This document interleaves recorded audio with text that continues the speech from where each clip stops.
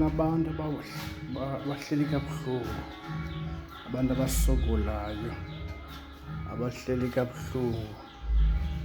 Bathi nje belele aba bantu aba, basuke belalwa zizinto abangazaziyo, basuke befunwa izinto abangazaziyo, zisuke zibalala, zibenza amakhoboka abo, zibaqubeza umzimba, zibafuna igazi labo, ziyabalala, ziyabatyisa emaphupheni, bisuke besitya njalo, bisuke belala. Ziinyoka zabafazi ezo zibacinezelayo, zithwebula iintlahla zabo, zibabulala iinyoka zabafazi. Awunabomi mawunikwe iinyoka zabafazi zibulale ubusuku nemini.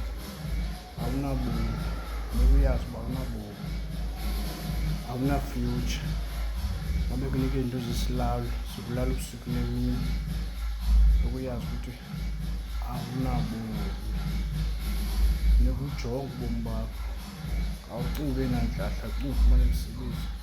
Uzokulahlekelwa ngabayenzi, uzokulahlekelwa ngamadoda, sisichitho esibi sithatha iintlahla zakho.